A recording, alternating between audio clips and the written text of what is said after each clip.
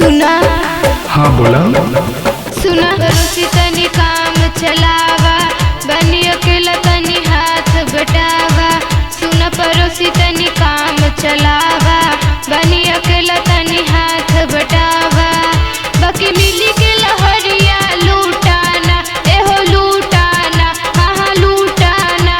हमारो खरी में धनवा कूटाना, हमारो खरी में धनवा कूटाना, हमारो खरी में धनवा कूटाना।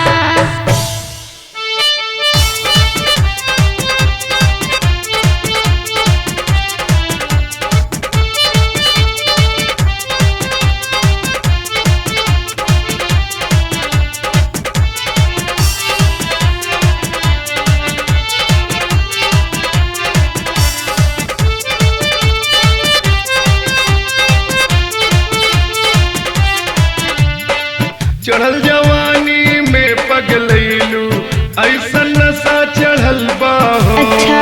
हो जैबो एक पल में ठंडा, जितना जोश बढ़ल बा हो।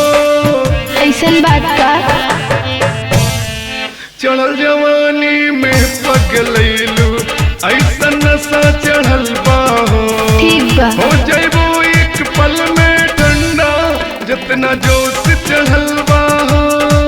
सुना पड़ोसी तनी काम चलावा, बनी अकेला तनी हाथ बटावा।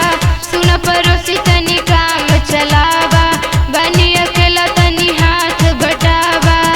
बाकी मिली के लहरिया लूटाना, एहो लूटाना, हाँ लूटाना। हमारो खरी में धनवा कूटाना, हमारो खरी में धनवा कूटाना।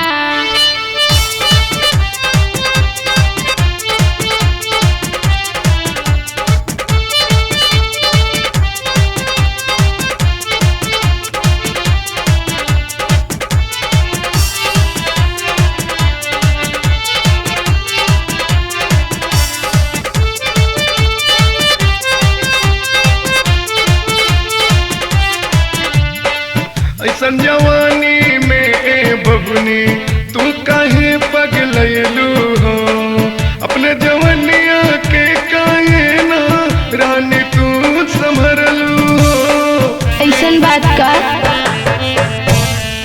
ऐसन जवानी में ए बबुनी, तू काहे पगलैलू हो। ठीक बा। अपने जवानिया के काहे ना रानी तू संभरलू हो। सुना पड़ोसी तनी काम चलावा, बनी अकेला तनी हाथ बटावा। सुना पड़ोसी तनी काम चलावा, बनी अकेला तनी हाथ बटावा।